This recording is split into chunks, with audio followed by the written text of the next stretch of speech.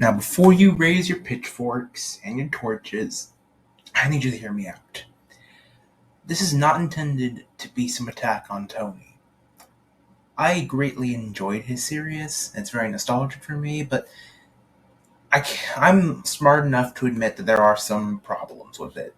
So in today's video, I'm going to be doing a bit of a rewrite. I'm not going to change the entire plot or anything, but there will be some pretty major changes, so yeah, let's get into it. Okay, starting off, we have my two biggest complaints. First of all, despite his name literally being in the title, Freddy does not show up until the halfway point of the series. It's literally like if there was a Spider-Man movie, but he didn't show up until the halfway mark, or something like that. I'm just using an example. And two, this isn't really a storytelling problem, it's more of a problem of, the early production of the series, because when the series began, Tony didn't have voice acting, so a lot of the stuff had to be visually shown. And because of that, we don't get a proper reason, as far as I'm aware, of why Foxy and Chica break up. So to remedy this, the series will begin with us getting a scene where Foxy has a talk with Freddy about his worries of his and Chica's relationship. I don't know what to do, Freddy. Last week, we went out to a fancy diner, and she made me pay. I see the problem. You're not exactly feeling very respected in the relationship, aren't you? Pretty much. Well, I ain't an expert on romance, but let me tell you this, Foxy. She doesn't respect you. There's no harm in walking away. Thanks, Fred boy. Foxy, you know how I feel about that nickname.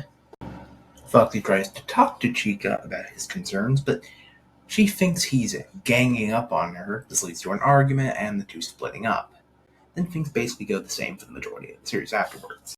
Foxy and Mangle get together, Chica gets jealous, she attempts to murder Mangle, realizes, it probably wasn't the best idea, gets help from Bonnie to try and fix her. Mangle then attacks them and almost kills Chica until Foxy stops her. And then she runs off to the back rooms, and then Chica and Foxy make amends, and the two of them, alongside Bonnie, go out to find Mangle. This brings us to where most of the major changes happen in regards to Springtrap. Now, Springtrap in this series is a character I'm extremely fascinated by, and I feel like he's a lot more complex than a lot of people would make you believe.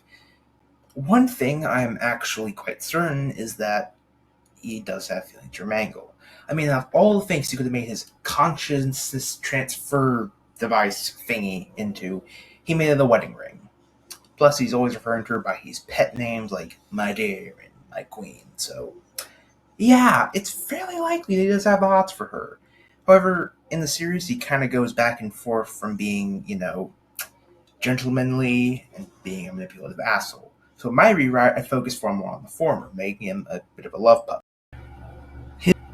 His interaction with Mangle goes basically the same up until Mangle admits that she ruined everything. Springtrap actually jumps to her defense. Do not cry, my dear. Those freaks deserved it. Chica ruined you. She made you into this. In fact, did you actually think she wanted to fix you? Springtrap basically tells Mangle that the real reason Bonnie and Chica had the book was because they were going to build a new Mangle, so they could just replace her. And the only reason Foxy stopped her was because he was on it too. Springtrap then basically tells Mangle that, stay with me, and I will be there for you. I will treat you better than those traitors ever did. Now, Mangle's, of course, very conflicted because, on one hand, she's very convinced that her friends no longer care about her. But at the same time, she's still hopeful that part of them does. she doesn't really know if she should stay with Springtrap or she should go back to the others. Springtrap decides to push her over the considering edge by proposing to her. We then basically get that whole thing where he basically convinces her to marry him under the threat of him saying Foxy. Over here, it goes a bit more like this. Listen, Mangle, I know part of you still thinks that he loves you, but let us be clear. That heartless brute never cared about you in the slightest. If I wipe his mind, and perhaps he'll become a new man, a changed man. But why wait for him to change when you can come with me? This finally convinces Mangle to stay with Springtrap. Meanwhile, Bonnie, Jig, and Foxy finally manage to convince Freddy to help them. However, before we get on to, all the stuff with Fredbear, I think we need to do a bit of a divergence to talk about. Not so much a problem with the series, but more of a gripe I have, and many other people do. That being the fact that they gave Foxy a New York accent. Honestly, I'm just going to pull up this picture from the TV Tropes page on the series. Yeah, for the sake of this rewrite, Foxy is just going to have a normal speaking voice. Then things pretty much play out the exact same. Springtrap reveals his backstory to Mangle, reveals how he wants to bring Fredbear back, reveals that her chip is actually Fredbear's chip, and that he's going to use this remote to, bring him back at the cost of her. But then after she forgives him, we get to probably the one scene that I've been thinking about for the longest time, because if you don't know, I've been planning this rewrite out for a long time. Springtrap, now very conflicted over this whole thing, looks back to Fredbear's corpse, and then we hear this voice. Pathetic. Do you actually think she loved you? Are you really willing to give up your bestest friend in the whole world for some pathetic little female robot? Are you, Springtrap?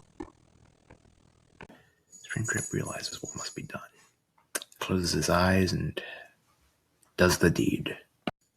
This brings us to the final battle, where things go basically the same, up until the whole scene where Springtrap taunts Foxy with Mangle's quote-unquote corpse.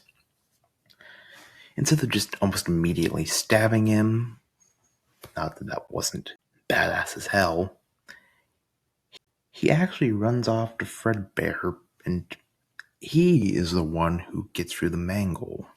Trap is horrified by this and attempts to stop him, only for Freddy to pin him down. Mangle is revived, and Springtrap begins swearing vengeance on Freddy and co. And it's here that Foxy stabs him. Springtrap still gives his whole monologue about how Freddy made him a monster, and then he seemingly dies. And, as you can probably guess, this time Foxy doesn't get amnesia. My final major change is that Mangle will stay mangled, because I really don't like it in a lot of these fanfics where they always have Mangle get fixed. I mean, her name is literally Mangle. It's kind of a part of her identity. So, yeah, other than that, it's basically it. I do intend on making a sequel to this. However, before we get to that, I want to discuss another Tony Crynight sequel I made. And it'll be a start to a little series that I'm going to call Weird Things I Made When I Was Younger.